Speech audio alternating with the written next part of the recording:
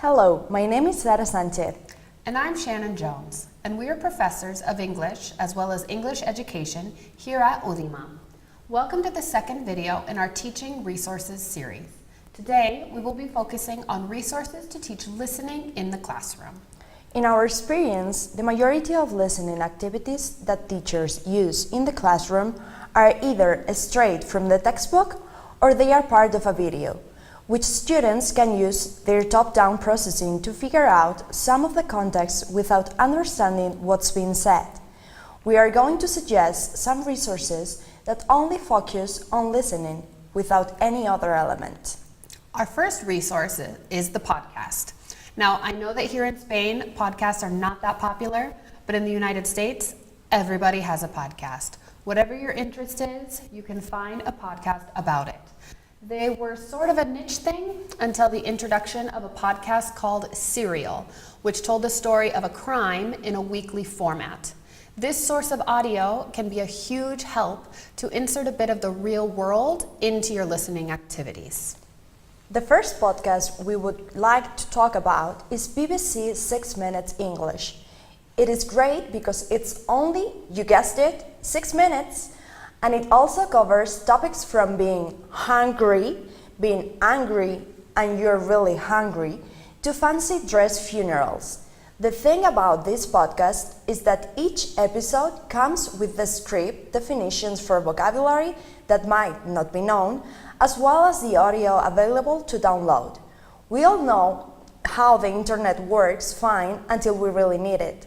You can use these short podcasts to start a conversation in your class or start a unit that has specific vocabulary. The second podcast we would like to highlight is going to be especially helpful for all of you who are teaching science classes in your school. The Wow in the World podcast is produced by National Public Radio, or NPR, in the United States, and it is 100% for kids and their hungry imaginations. The great thing about this podcast is that the latest 2 episodes come with lesson plans for teachers.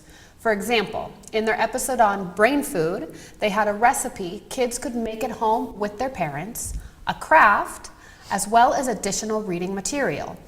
And for their episode on black holes, they had a great and simple science experiment you could do in class. However, if you want access to their catalog of lesson plans, you will have to pay a yearly quota.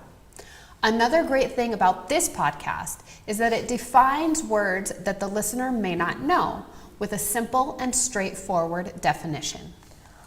Our second resource is songs. I know. You're thinking every teacher uses songs in their classroom. How is this different? We have a different activity taken from BBC's Teaching English website that we have tried with our students and they love it. You will need to do a bit of preparation before this activity. First, you will need to print out and cut out around 20 different words and put them in envelopes. You will have 1 envelope for each group of about 4 to 5 students. Now, the trick here is some of the words are from the song, but others are not. Some words are similar in meaning or sound, but do not appear in the song. Okay, now we're going to go on to the first step. Each group needs to take out the words from the envelopes and spread them out. Give them a few minutes to have them try and guess what the song is about, guessing from the words that they have on the table. It is best to write the predictions on the board so at the end of the activity, the students can see if their predictions were right or not, another use of their top-down processing. Now, the fun part begins. You will play the song for the students. However, they're not working as a team, but they are in direct competition with one another. If they think they heard one of the words, they need to grab that card off of the table. Now, the teacher projects the lyrics on the digital board or hands out the lyrics sheet to each group, and the students should try and find their words. Each group should add up their own points. Each student gets 1 point for each correct word grabbed and 1 less point for each incorrect word grabbed. And finally, you can use the song to teach whatever concept you have chosen that particular song for. Are you using it to explain a grammar structure? Go right ahead with the grammar lesson. Did you choose this song because of its idioms? Go ahead and explain them. Or did you just choose the song because you like it and you thought the students might like it too? Play it again and have them sing along to it to practice their pronunciation.